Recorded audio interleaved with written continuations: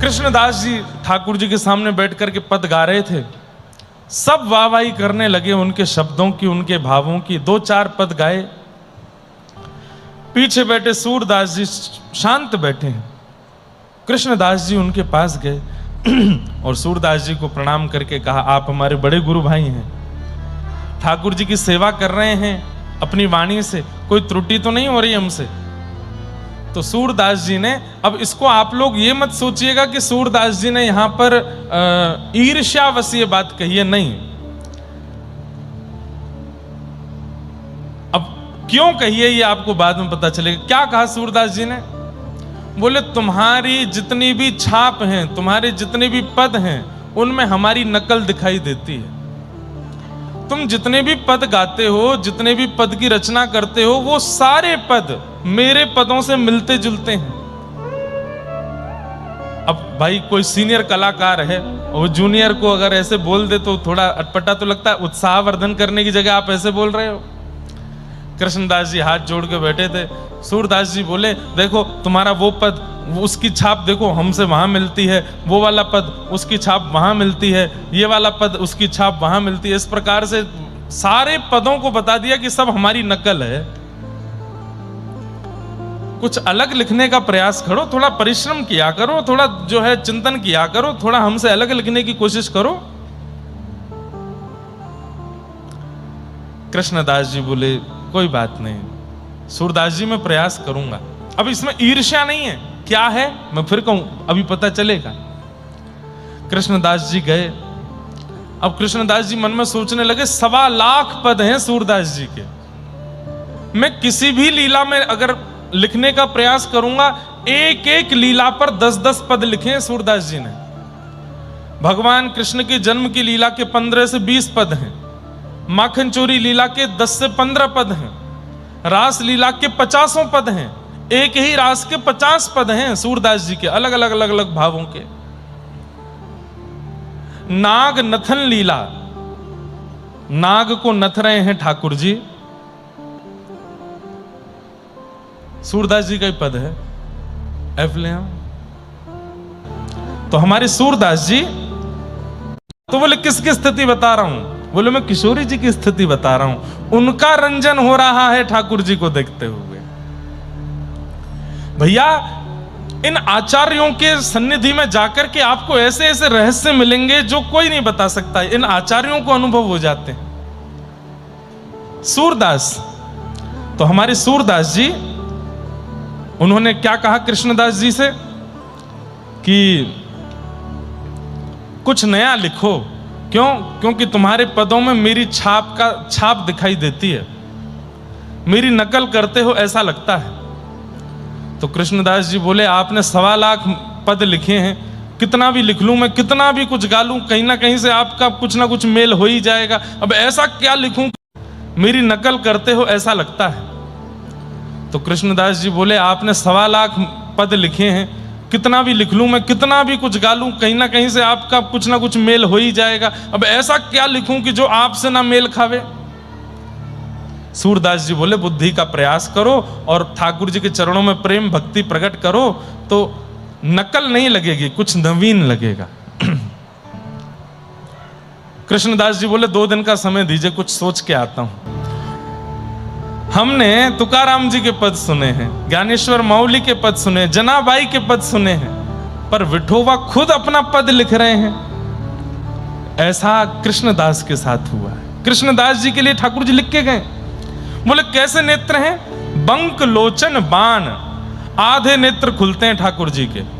मानो ऐसा लगता है ये ऊपर की बांह जो ये धनुष है, और उस धनुष की जो पीछे की रस्सी है वो ठाकुर जी के ये ऊपर वाली पलकें हैं। कभी कभी जब सामने से कोई आ जाता है जिस पर ठाकुर जी को अपने नेत्र बाण मारने हो, उसकी ओर देख करके ठाकुर जी अपने नेत्रों को थोड़ा इधर घुमाते हैं, मानो जैसे खींच लिया, यहां देख करके, और फिर जैसे दोबारा उसकी ओर देखते हैं, मानो जैसे बाण चला दिया, अब खंजित होकर के वो गिर पड़ता है। ऐसे बाण जैसे नेत्र जिनके हैं। शीश शोभित मोर चंद्र। अच्छा, व्रज में ठाकुर जी मुकुट नहीं पहनते। व्रज में क्या पहनते हैं? हल्की सी पाग ठाकुर जी बांध लेते हैं कपड़े की, और सुंदर जो बड़े बड़े केश हैं। महाराज जी, ठाकुर जी का मुंडन संस्कार कब हुआ? 12 वर्ष बाद। 12 वर्ष में लाल जी के केश कितने बड़े हो गए होंगे, सोच लो। 12 वर्ष कोई बालक अगर अपना मुंडन नहीं करे जन्म से, एक तो जन्म के बाल कैसे होते हैं? घुंघराले। और वो घुंघराले केश बड़े होते होते होते होते कई बालक देखे हैं 2-2 3-3 साल उनके मुंडन नहीं होते, ऐसे ऐसे घुंघराले केश हो जाते, इतने सुंदर लगते हैं। ठाकुर जी के 12 वर्ष तक मुंडन नहीं हुआ। जब मथुरा में कंस वध किया उसके बाद जब सांदीपनि विद्यालय पढ़ने के लिए गए तब ठाकुर जी ने मुंडन कराया अपना और चौड़ी चोटी रखी। तो इतने लंबे केश हैं कि ठाकुर जी की जो कद है, जो हाइट है, उससे बड़े तो बाल हैं ठाकुर जी के, ऐसे केश हैं। इसलिए नाथद द्वार में जो श्रीनाथ जी की श्रृंगार प्रणाली है उसमें यहाँ बेणी आती हैं, ठाकुर जी के केश ऐसे गूंथ करके यहाँ आगे लाए जाते हैं। हमारे राधा वल्लभ जी में, बिहारी जी में, सब जगह बेणी जी आएंगी इधर, उसको वेणी बोलते हैं चोटी को, ठाकुर जी की इधर आती है। और एक और नई बात सुनाएं, श्राद्ध पक्ष में कभी आप दर्शन करने के लिए जाओगे श्रीनाथ जी में तो ठाकुर जी की बेणी के दर्शन नहीं होते। क्यों? श्राद्ध पक्ष के समय पर ठाकुर जी की दान लीला चलती है। दान लीला मतलब द्वार पर मार्ग में खड़े होकर गोपियों से ठाकुर जी दान लेते हैं, दही का दान, मक्खन का दान।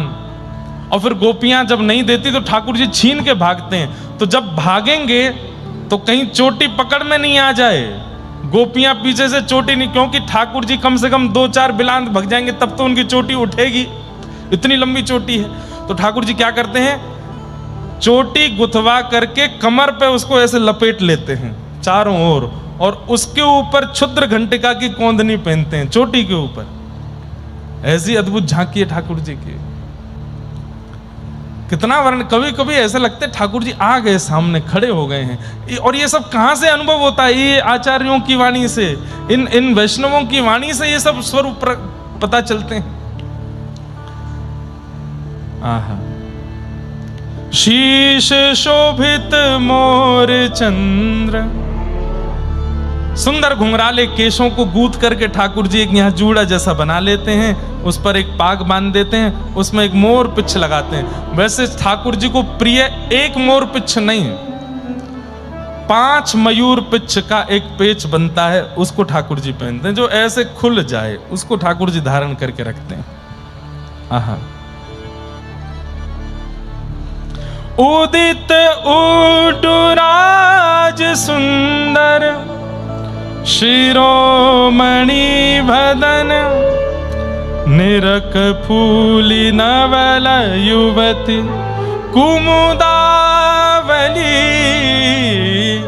आहा, सूरदास जी का दिमाग घूमना चाहिए, ऐसे शब्द लिखे हैं ठाकुर जी ने। क्या लिख रहे हैं? बोले, जिस प्रकार सूर्य के प्रकट हो जाने पर, सूर्य के उदय होने पर बंद जितने भी पुष्प हैं वो अपनी अपनी कलियों को खोल करके खिल जाते हैं, ऐसे ही श्याम सुंदर जब गौचारण करके लौटते हैं, मुख पर रज लगी होती है, सिर में सुंदर मोर पिच्छ लगा है, और जैसे ही वृंदावन में प्रवेश करते हैं तो मुरझे हुए फूलों की तरह सब गोपियां रहती हैं। ठाकुर जी जब चले गए, जैसे ही लौट करके आते हैं, समस्त गोपियों के मुखमंडल प्रसन्नित हो जाते हैं, आनंदित हो जाते हैं, गोप ग्वाल सब खुश हो जाते हैं। जितने भी लोग ठाकुर जी की गौचारण लीला में नहीं जा पाए वे सब आनंदित हो जाते हैं ठाकुर जी को वापस आता देख। आहा, कानों में सुंदर स्वर्ण के कुंडल पहने हुए हैं, माथे पर सुंदर तिलक धारण किया है ठाकुर जी ने, नाक में बेसर पहनी है, नक बेसर पहनी है, कंठ कौस्तुभ मणि धारण करी हुई है, और त्रिभुलावली, त्रिभुलावली मतलब 3 अंग से जो टेढ़े हैं ऐसे त्रिभुलावली, चरण टेढ़े, कमर टेढ़े और गर्दन भी टेढ़ी, और ऐसे करते हुए ठाकुर जी जब चलते हैं त्रिभंग लली बन करके, आहा कितने सुंदर लगते हैं। आहा, कर मुरली का अखिल मोहित, गोपिका जन मनसी, गंधित प्रेमावली। अपने अधर पर जब मुरली को धारण करते हैं, गोपिकाओं के जनमन का जब हरण कर लेते हैं ठाकुर जी, कटि क्षुद्र घंटिका कनक हीरा मई, नाभि अंबुज वलित भृंग रोमावली। और अंत में क्या लिख रहे हैं? आहा, पीत के सई पाट धार, धार सुंदर अंग अंग, बजत नूपुर गीत भरत शब्दावली। केसर जैसे रंग की सुंदर पीली एक पटका पहना हुआ है, और जब चल रहे हैं तो पैर के नूपुरों से जो छम छम छम झम झम झम जो शब्द प्रकट होना चाहिए वो छम छम नहीं हो रहा है। तो बोले क्या हो रहा है? बोले गीत भरत शब्दावली, मानो जैसे कोई खूब सुंदर स्वर में, तीखे स्वर में कोई गा रहा हो। ठाकुर जी के नूपुर ऐसे लगते हैं जैसे मानो समाज में बैठ करके खूब सारे लोग गा रहे हों। कृष्ण दास बलि गिरधर, लाल के चरण ऊपर, कृष्ण दास बलि गिरधर, लाल के चरण ऊपर, नख चंद्रिका हरत तिमिरावली। कृष्णदास बलि गिरधर, ऐसे सुंदर गिरधर की कृष्णदास बलियां ले रहे हैं, और जिनके नखचंद्र, जिनके पैरों के नख कैसे हैं, नाखून कैसे हैं, बोले उनको देखने से हृदय में जितना तिमिर है, जितने विषाद हैं, जितनी पीड़ा है, सब दूर हो रही हैं। ऐसे श्री कृष्ण का मधुर रूप का वर्णन यहां हो रहा है। आबत बन कान गोप, बालकन संग धेनु चरात। सुंदर पद रचना करके रात्रि में बैठ करके ठाकुर जी लिख करके सारे पद और वहां से चले गए। सुबह सुबह जब उठे कृष्णदास जी, और जैसे ही अपनी उस किताब को खोला, रोज बैठते थे आज क्या लिखूं, कुछ तो लिखूं सूरदास जी को सुनाने के लिए, लेकिन कोई शब्द ऐसा सुनाई नहीं देता। आज जैसे ही किताब खोली तो उसमें से चंदन की सुगंधी आ रही थी। आज किताब मानो ऐसी लग रही थी जैसे मानो कोई रुई का फोहा उठा लिया हो, इतनी अद्भुत उसके प्रति भावना प्रकट हो रही थी। और जैसे ही खोल करके देखा, इतनी सुंदर लेखनी, इतनी सुंदर लिखाई में एक सुंदर पद लिखा है। कृष्णदास जी ने पूरा पद पढ़ने के बाद नीचे जब छाप देखी, अपनी छाप का जब ये पद देखा, कृष्णदास जी बोले भैया ऐसा पद मैं तो कभी रच नहीं सकता। दौड़े दौड़े मंदिर गए, जाके जैसे ही श्रीनाथ जी के दर्शन किए, श्रीनाथ जी मंद मुस्कुरा रहे हैं, कृष्णदास जी की ओर तिरछी नजर से देख रहे हैं और अपनी भौं उठा के पूछ रहे हैं कैसा लगो भाव। कृष्णदास जी बड़े प्रसन्न, बोले आप लिख करके गए? बोले हाँ, जाओ सुना दो सूरदास जी को। कृष्णदास जी गए, सूरदास जी से जाकर के बोले, सब लोग यहां देखो, सूरदास जी से जाकर के बोले मैंने पद लिख लिया है आपको सुनाने के लिए। सूरदास जी बोले अच्छा सुनाओ। कृष्णदास जी सामने बैठे गाने लगे। आवत बन कान गोप बालकन संग चेचुकी खुर रेणु छुरत अलकावली, मोह मत माघ चाप बक लोचन बान, शीश शोभित मोर चंद्रावली। और सब बात कहते हुए अंत में बोले हृदय कृष्णदास बलि गिरधरन लाल की, चरण नख चंद्रिका हरत तिमिरावली। सूरदास जी कान देकर के सुन रहे थे, और जब मुखमंडल सन्मुख आया तो नेत्रों से झरझर आंसू गिर रहे हैं। और आंसू पहुंच करके सूरदास जी ने सबसे पहला बात क्या कही, तुम क्या तुम्हारे पिताजी भी ऐसे पद नहीं लिख सकते? किसने लिखा है जल्दी बताओ। तुम क्या, तुम्हारे पिताजी क्या, तुम्हारे दादाजी क्या, तुम्हारे नाना जी क्या, तुम्हारा पूरा खानदान ऐसे पद नहीं लिख सकता? किससे लिखवा के लाए हो? सही सही बताओ। कृष्णदास बोले ये भी कोई बात है? अगर कोई पद लिख दो तो आप कहते तो मेरी नकल कर रहे हो, और आज जैसे तैसे मैं पद लिख करके लाया हो तो कह रहे हो मेरे पिताजी भी नहीं लिख सकते। बोले सूर नाम है मेरा, कविताओं में 24 घंटे रहता हूं, और ये पत्थर पर लिख करके दे सकता हूं कि कृष्णदास की हाथ की लिखाई नहीं है। किसने लिखा है मुझे बताओ, तुम्हें सौगंध है। कृष्णदास जी बोले आपको कैसे पता कि मैं नहीं लिख सकता? बोले ये शब्द आ ही नहीं सकते तुम्हारे चित्त में।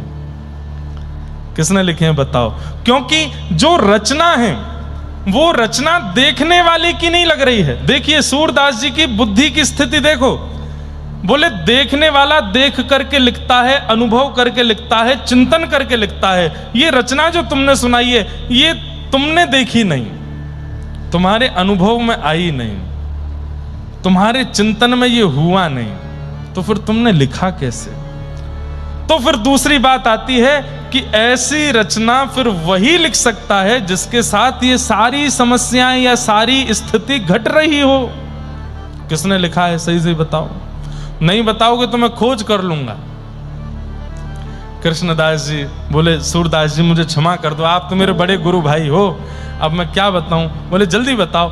बोले मैं चिंता में बैठा था, रात्रि में मैं चिंतित होकर सो गया, सुबह उठ के देखा तो किताब में से सुंदर सुगंधी आ रही थी और वहां कुछ ऐसा लगा था मानो खूब इत्र फैला है कक्ष में, और ठाकुर जी लिख करके गए, श्रीनाथ जी ने लिखा। बोले हाँ श्रीनाथ जी तुम्हारे कक्ष में आके पद लिख करके गए? हाँ। सूरदास जी ने तुरंत अपनी छड़ी उठाई और लेकर के सीधे श्रीनाथ जी के पास गए, और श्रीनाथ जी के पास जाकर के इतने रोए इतने रोए इतने रोए। बोले क्या हुआ? अरे क्यों रो रहे हो, क्या बात है? 1,00,000 पद 2 आंखों से अंधे सूरदास ने अपने उंगली से लिखे। कभी लिखने नहीं आए आप, एक शब्द भी मुझे बताने नहीं आए कि सूरदास यहां ये लिख दो, यहां ऐसा कर दो, यहां ऐसा कर दो। वो कृष्णदास के यहां पद लिखने के लिए गए। मुझ पर तो ऐसे अनुग्रह नहीं किया। आज तक मुझे इसी बात का अहम रहता था कि आप मुझ पर बहुत कृपा करते हैं, पर कृष्णदास के यहां पद लिख करके आए आप उसकी छाप से। तब ठाकुर जी ने कही देखो तुम गुस्सा नहीं हो, मैं तो जा रहा हूं, आपकी शरण छोड़ रहा हूं, अब मैं बरसाने रहूंगा, श्री जी के पास रहूंगा, किशोरी जी की शरण में रहूंगा। बहुत गाली है, 1,00,000 पद बहुत हो गए आपके, अब आपको समर्पित, मैं तो जा रहा हूं। ठाकुर जी बोले अरे नहीं नहीं नहीं रुको ना, तुम्हारा संकल्प 1,25,000 पद का था। बोले हाँ इतने लिख नहीं पाओगे, उससे पहले मैं तुमको ले जाऊंगा गोलोक धाम। सूरदास जी बोले ये सुन के तो मुझे और कष्ट हो रहा है, मेरे संकल्प की भी पूर्ति नहीं होने दोगे आप? ठाकुर जी बोले पूरी बात तो सुनो। बोले क्या? कृष्णदास के लिए 1 पद लिखा, 1,00,000 तुमने लिख दिए, जो बचे 25,000 हैं वो मैं ही लिखने आऊंगा। इसके लिए 1 पद लिखा है, तुम्हारे लिए 25,000 पद लिखूंगा। और सूर श्याम की छाप से जितने भी पद हैं सूरदास जी के सब ठाकुर जी ने लिखे। मुझे ये बात बोलने में रोंगटे मेरे खड़े हो रहे हैं कि ठाकुर जी का यश मैं गाऊं। ठाकुर जी का यश तुकाराम जी गा रहे हैं, ठाकुर जी का यश जनाबाई गा रही है, ठाकुर जी का यश ज्ञानेश्वर माउली गा रहे हैं, ठाकुर जी का यश दत्तदास महाराज जी गा रहे हैं, ठाकुर जी का यश हमारे वैदिक गुरु जी गा रहे हैं, हमारे कृष्णा जी गा रहे हैं, मैं गा रहा हूं, आप सब गा रहे हो, समझ में आता है। पर ठाकुर जी का यश ठाकुर जी गा रहे हैं, मतलब आप सोचो मैं गाता अच्छा लगूंगा ना? सुंदर अति ध्यान उभे विटेवर। अब स्वयं पंढरीनाथ गाने लगे सुंदर अति ध्यान उभे विटेवर। कितना लगेगा ना, अपने यश खुद ही गा रहे हो। लेकिन कई बार ठाकुर जी के मन में भाव आता है मेरे यश गान से, मेरे यश श्रवण से जीव का उद्धार होता है। और कई बार जीव की मन की चित्त की स्थिति उतनी गहराई तक नहीं पहुंच पाती है, इसलिए ठाकुर जी कृपा करके हमारे लिए स्वयं उस यश का गान कर देते हैं ताकि हम उस स्थिति में पहुंच सकें जहां हमारी स्थिति नहीं पहुंच सकती है। इसलिए ठाकुर जी अपने हाथ से रचना कर गए और कृष्णदास के ऊपर ऐसी मधुर कृपा की श्री ठाकुर जी ने। बोलो गिरिराज धरण की, श्री गोवर्धन नाथ की। ऐसे कृष्णदास जी के ऊपर ठाकुर जी ने अनुग्रह करके सुंदर पद की रचना की और पद रचना करके उनको प्रदान की है। इस प्रकार कृष्णदास जी के सुंदर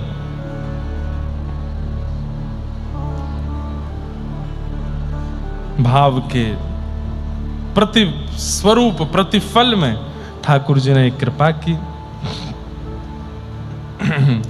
अब कृष्णदास जी के जीवन में एक मोड़ आया जो संभवतः लगभग सब भक्तों के जीवन में आ ही जाता है। 95%, 5% नहीं कहूंगा, पर 95% तो भक्तों के जीवन में यह मोड़ आता है। और वो मोड़ कैसा था कि कृष्णदास जी अधिकारी हैं श्रीनाथ जी मंदिर के। तब आपका मन एक गंगाबाई नाम की एक दासी आती थी और उसके प्रति, अब ये तो हम नहीं कहेंगे कि दोष बात है, इनका तो कोई गुणी भाव ही होगा उनके प्रति।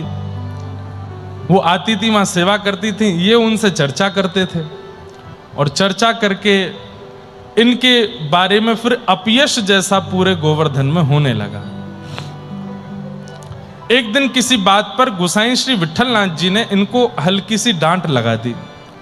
मतलब वल्लभाचार्य जी के पुत्र गोसाई विठलनाथ जी, उन्होंने किसी बात से इनको थोड़ा सा डांट दिया। अधिकारी होने के नाते थोड़े से ये क्रोध में आ गए और गोसाई विठलनाथ जी से ऐसी बात बोल दी जो नहीं बोलनी चाहिए थी। क्या कि वल्लभाचार्य के जो बड़े पुत्र हैं उनको अधिकार मिलना चाहिए श्रीनाथ जी की सेवा का, पर वे तो पधार गए और उनकी सेवा तो नहीं हो पाई, इसलिए आपको सेवा मिल गई है। मूलतः अब ये सेवा का अधिकार वल्लभाचार्य जी के बड़े पुत्र के पुत्र को प्राप्त होना चाहिए। और इस षड्यंत्र को रचा करके गोसाई श्री विठलनाथ जी को सेवा से दूर कर दिया कृष्णदास अधिकारी जी ने।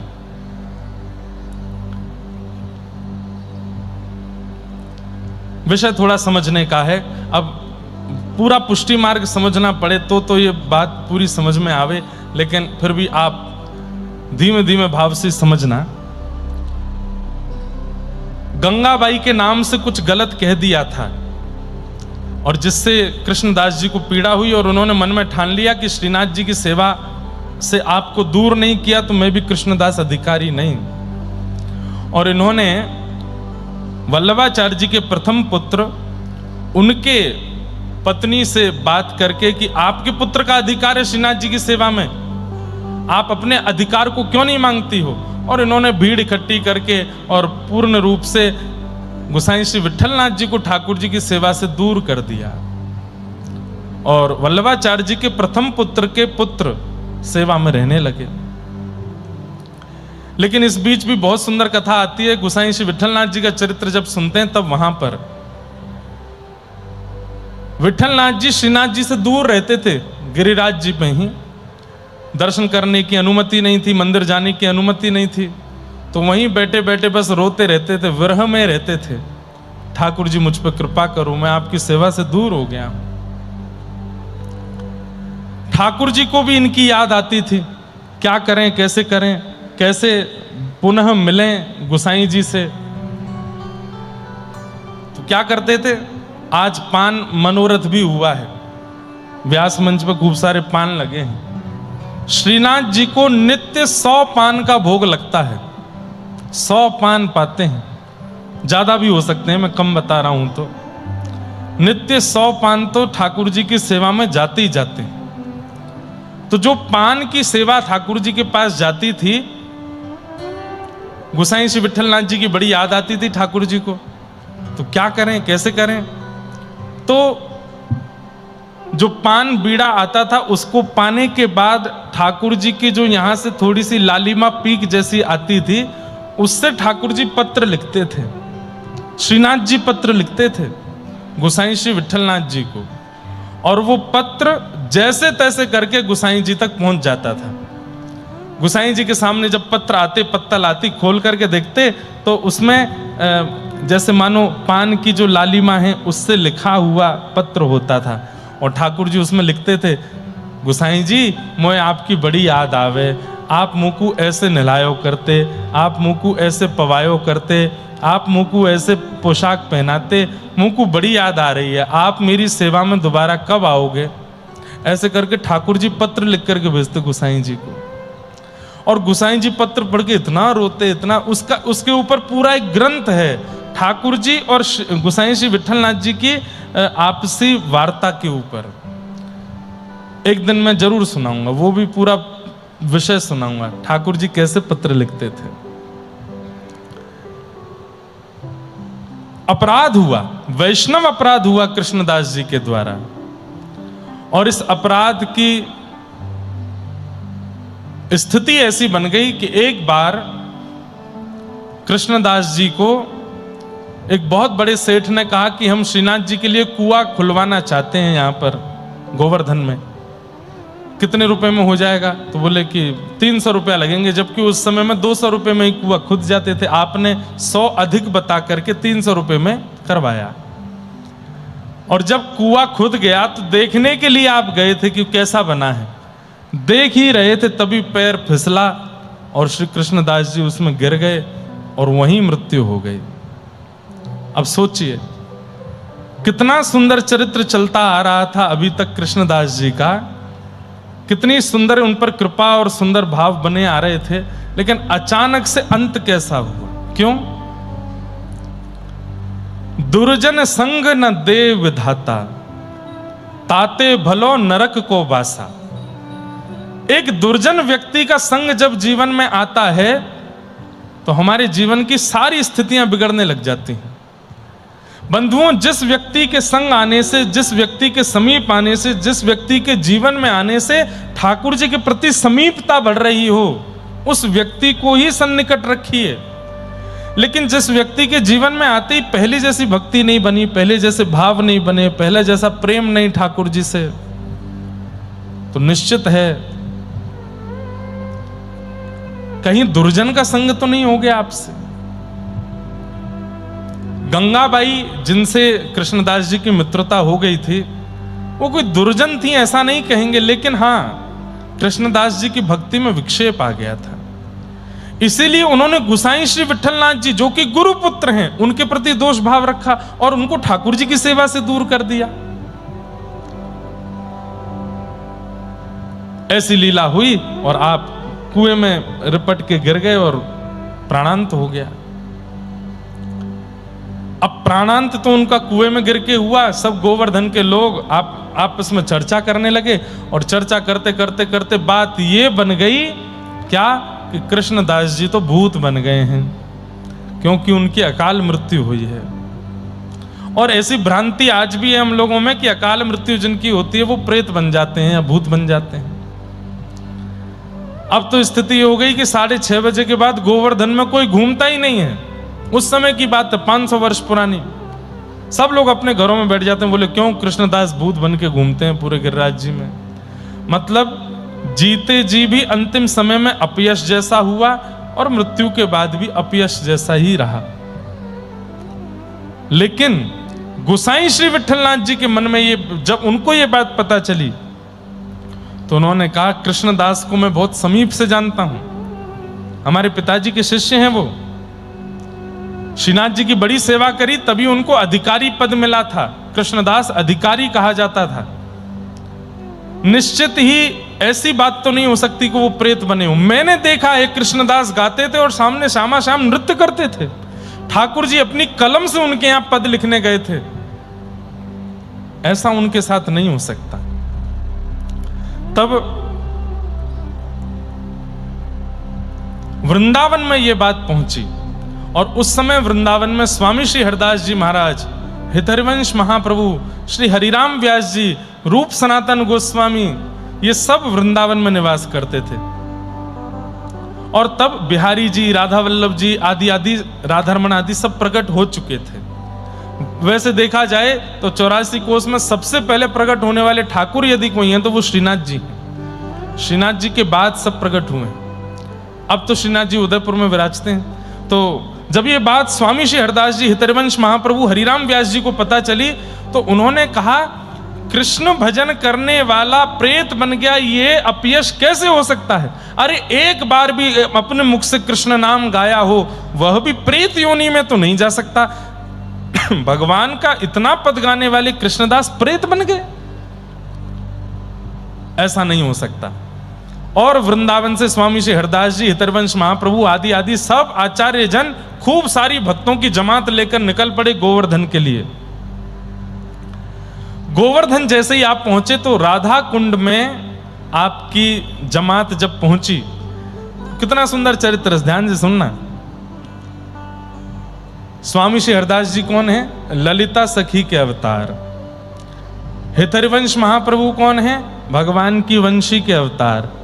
हरिराम व्यास जी कौन है? विशाखा सखी के अवतार। तो ये दोनों किशोरी जी की मुख्य सखी हैं, ललिता और विशाखा। और वंशी भी रहती ठाकुर जी के पास है, पर है तो सखी दासी वो किशोरी जी की। तीनों किशोरी जी की सखियों को गोवर्धन आते देख ठाकुर जी डर गए। बोले अब मुंह पे और कोई को बस ना चले, मुंह कोई और डरा धमका ना सके, लेकिन ये किशोरी जी की सखीन के बड़े बस चले मुंह पे।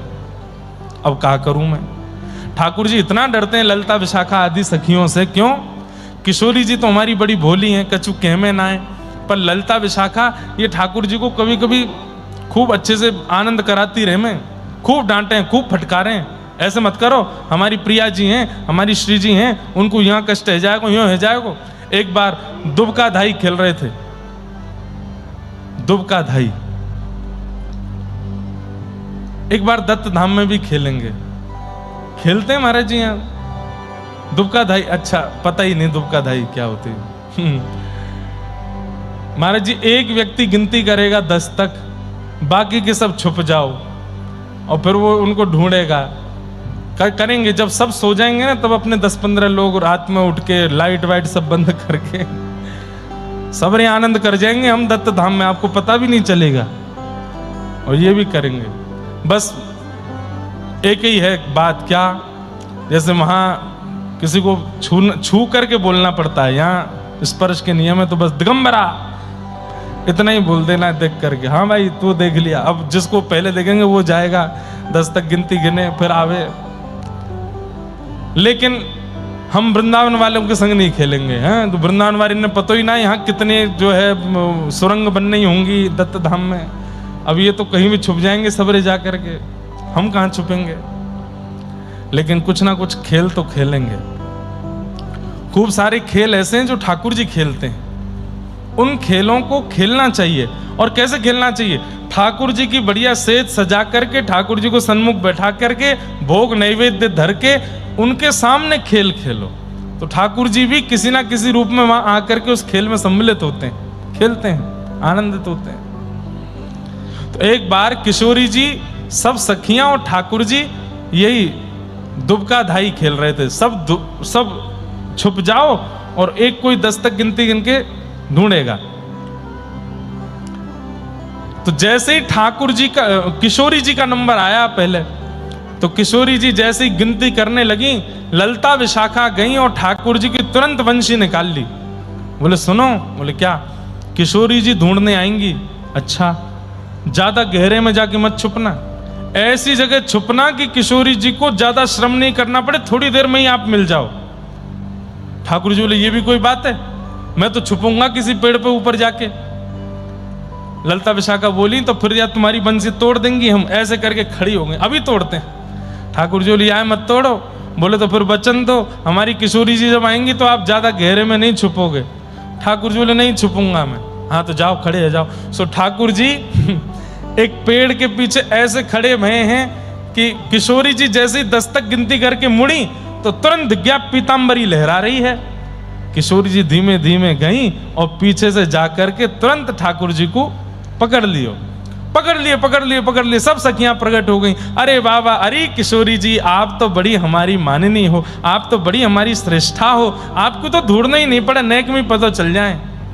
ठाकुर जी मंद मंद मुस्कारे, हम बे आपको परिश्रम नहीं करना पड़ता, नेक में मिल जाता हूं ना मैं। किशोरी जी बोले अच्छा चलो अब आपकी बारी, आप जाओ। ठाकुर जी बोले अब मैं ऐसे सबसे पहले तुमको ही ढूंढ के दिखाऊंगा, जैसे ठाकुर जी 10 तक गिनती गिनने गए तो वहां ललिता विशाखा वहां पहुंच गई। बोले सुनो, क्या किशोरी जी दिख भी जाएं तो आंख मूंद लेना, उनको नहीं पकड़ना। बोले तो एक बार तुम्हारी बात मान ले। विशाखा बोली तोड़ू बंसी अभी? नहीं नहीं यार मत तोड़ो। बोले किशोरी जी सामने भी आ जाए तो पीछे मुड़ जाना। ठीक है। अब सीधी सादी सी है हमारी किशोरी जी, एक पेड़ पे नेक 100 से ऊपर चढ़ गई और ऊपर दोनों चरण करके बैठी हैं, लेकिन किशोरी जी की चुनरी जो है वो नीचे लटक रही है। ठाकुर जी 10 तक गिनती करके जैसे ही चले, मतलब इतनी सहज है कि दृष्टि पड़ ही जाएगी। एक बार देख भी लिया और किशोरी जी को पता भी चल गया कि इन्होंने मुझे देख लिया है। जैसे ही ठाकुर जी की दृष्टि पड़ी, देखी किशोरी जी, अरे अरे किशोरी जी आप कहां हो? अरे श्यामा, अरे अरे मेरी राधा रानी तुम कहां को चली गई? बदल दिया रास्ता, कहीं और चले गए। थोड़ी देर बाद किशोरी जी को लगन लगी, बेचारे श्याम सुंदर इतना परिश्रम कर रहे हैं, मैंने एक नीचे उतर के आ जाऊं, थोड़ा सा इनके आमने सामने आ जाऊं ताकि ये जल्दी से मुंह को पकड़ लें। तो जिस रास्ते से ठाकुर जी जा रहे हैं, किशोरी जी वहीं सामने आकर के खड़ी हो गई और जैसे ही किशोरी जी दिखी, सोई ठाकुर जी पीछे मुड़ गए। अरे श्यामाजू आप तो इतना बढ़िया खेल रही हैं, मिल ही नहीं रही, मैं तो कब से ढूंढ रहा हूं, कहां चली गई हो आप? किशोरी जी बोली मैं दिख तो गई हूं, इनको ये क्यों नहीं पकड़ रहे? किशोरी जी थोड़े और पास वाले वृक्ष पे चली गई ताकि यहां से पकड़ लें। अब जैसे ठाकुर जी को पता चलो पीछे ही आ गई हैं तो और दूर चले गए ठाकुर। अरे श्यामाजू आप तो इतनी निपुण हैं खेल में, पता ना कहां चली गई हैं? अरे मिल ही नहीं रही हैं। अब तो मुझको यमराज को ही कहना पड़ेगा, अब तो ब्रह्मा से ही कहना पड़ेगा, महादेव से ही कहना पड़ेगा, ढूंढ के बताओ श्री जी कहाँ है। किशोरी जी कमर पे हाथ धर के सामने आके खड़ी हो गई, बिल्कुल स्पष्ट खड़ी हो गई। और तब भी ठाकुर जी देख के, अरे श्यामाजू तुम कहां हो, मुझको दिख ही नहीं रही हो। किशोरी जी ने पकड़ करके दोनों हाथ पकड़े और पकड़ करके अपने ऊपर रख के बोली, ये खड़ी मैं दिख ना रही तुमको? अरे श्यामाजू आप यहीं ठानी, मैं तो ढूंढते ढूंढते परेशान है गयो। इतने में सब सखियां आई, हमारी श्यामाजू जीत गई, श्यामाजू जीत गई। ठाकुर जी पकड़ नहीं पाए। ठाकुर जी कहें बिगाड़ लियो इन्हें, ने को परिश्रम नहीं करन देंगे, ने को कहीं छुपन नहीं देंगे, हमारी किशोरी जी को नहीं पकड़ना, हमारी किशोरी जी को, सब जगह इनको जिताते हो।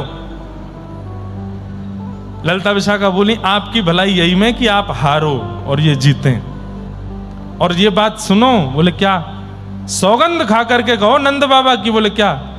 जब तक निकुंज में लीला चल रही है तब तक आप हारते ही रहोगे, श्री जी ही जीतेंगी हमारी, जो आज्ञा। बोले नहीं मानी आज्ञा तो आपके मोर पिच वंशी सब हरण कर ली जाएंगी, तोड़ फोड़ के फेंक दी जाएंगी यमुना जी में। महाराज बड़ा जो है डरा धमका के रखा गया है ठाकुर जी को, इसलिए बेचारे बड़े सहमे सहमे से रहते हैं ब्रजलीला में। क्यों? श्री जी को मान बढ़ाना। तो जैसे ही खबर पहुंची वृंदावन कि कृष्णदास प्रेत बन गए, स्वामी श्री हरिदास जी, हितरवंश महाप्रभु और श्री हरिराम व्यास जी तीनों वृंदावन से आए और तीनों ने मन में विचार किया, अपने नाम को गाने वाले, इनका इतना यश गाने वाले उस कृष्णदास को इन्होंने अधोगति कर दी, इन्होंने प्रेत बना दिया। अभी जाके बताती हूं।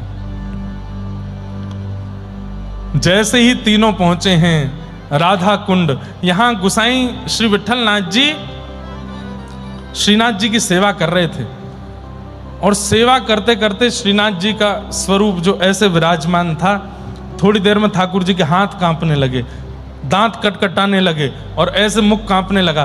तो गुसाई जी बोले जय जय जय जय, कहाँ भयो आप इतना घबरा काहे को रहे हो, इतने इतने विचलित काहे को रहे हो, कांप काहे को रहे हो, जाड़ो लग रहा हो, जाड़ो नहीं जाड़ो ना लग रहा हो। तो अरे ललिता विशाखा सबरी अपनी दलबल लेकर के आई हैं गोवर्धन, और या वक्त राधा कुंड पे ठाड़ी हैं और ये सबरी आमेंगी यहाँ मेरी छाती पे चढ़ के गारी देंगी मुँह को तो बहुत डर लग रहा है। गुसाई जी आप दौड़ के जाओ, इनको वहीं रोको। ललिता विशाखा समझ गए ना, स्वामी श्री हरिदास जी, हितरवंश महाप्रभु, ये सब ललिता विशाखा आदि सखियां ही हैं, इनको रोको। जय जय श्रृंगार तो पूरा कर दूं। बोले नहीं जितनों इतने में ही आज दर्शन दे दूंगा, आप तो जाके उनको रोको, मुझको डर लग रहा है।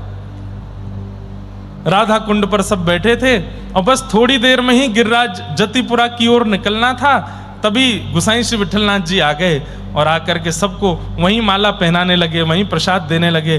जय हो स्वामी श्री हरदास जी महाराज, आप पधारे, गोवर्धन इतरवंश महाप्रभु हरिराम व्यास, सब लोग आए हैं, बड़ी कृपा।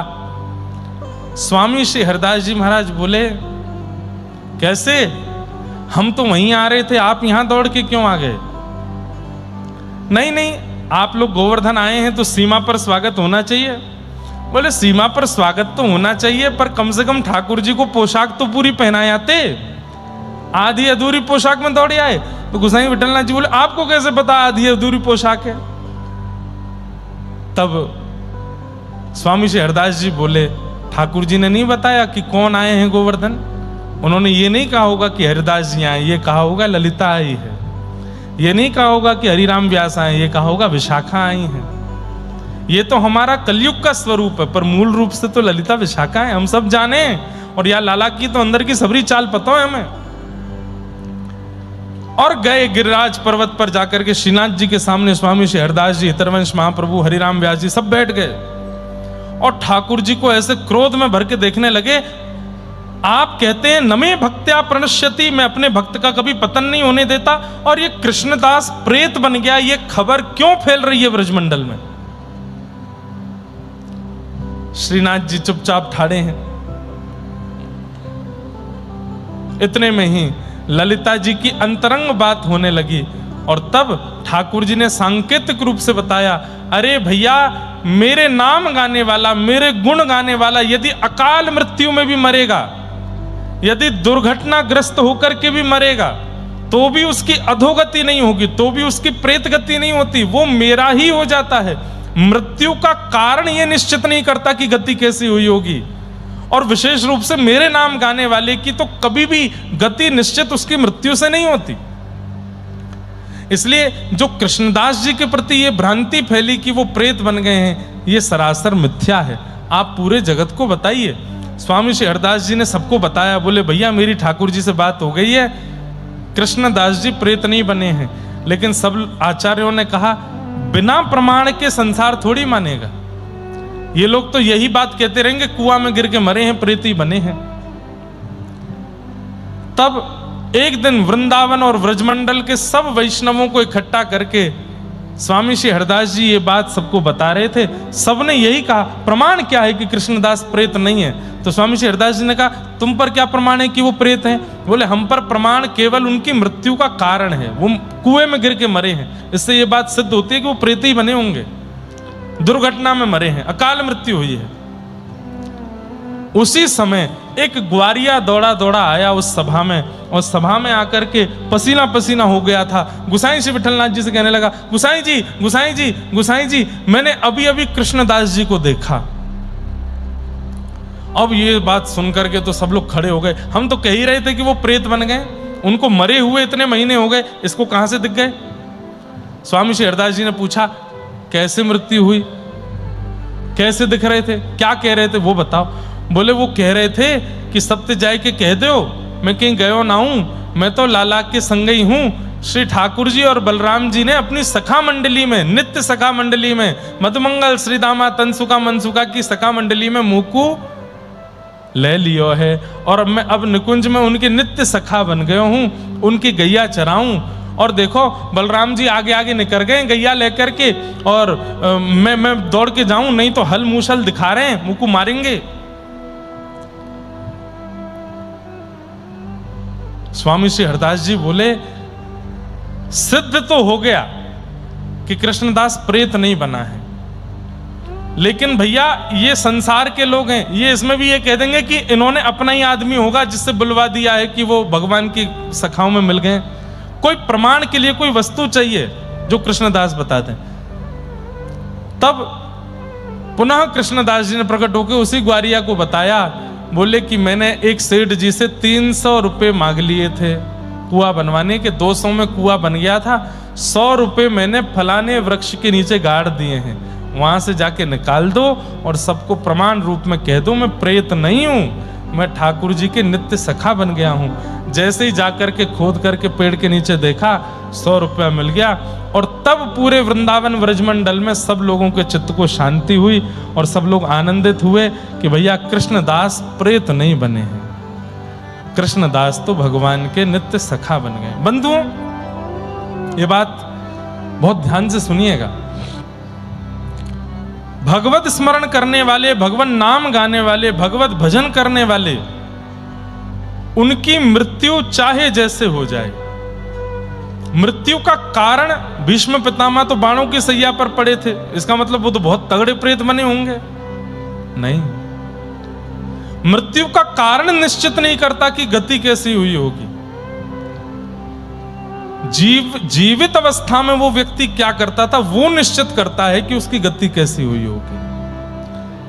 मृत्यु तो कैसे भी हो सकती है, इसलिए कभी भी व्यक्ति की मृत्यु से ही आकलन मत कीजिए कि उसकी अधोगति हुई होगी, कि वो प्रेत गति में गया होगा या सदगति हुई होगी। मृत्यु तो बहाना है, कभी भी निकल सकती है ठाकुर जी के पास पहुंचने का। इस प्रकार से कृष्णदास जी अपने जीवन का विश्राम करके ठाकुर जी की नित्य लीला में प्रवेश हुए। बोलो भक्तवत्सल भगवान की जय। ऐसे कृष्णदास जी को हम बारंबार प्रणाम करते हैं, जिनकी परम सरस रसमयी वाणी सब जीव जगत का कल्याण करती आई, उद्धार करती आई।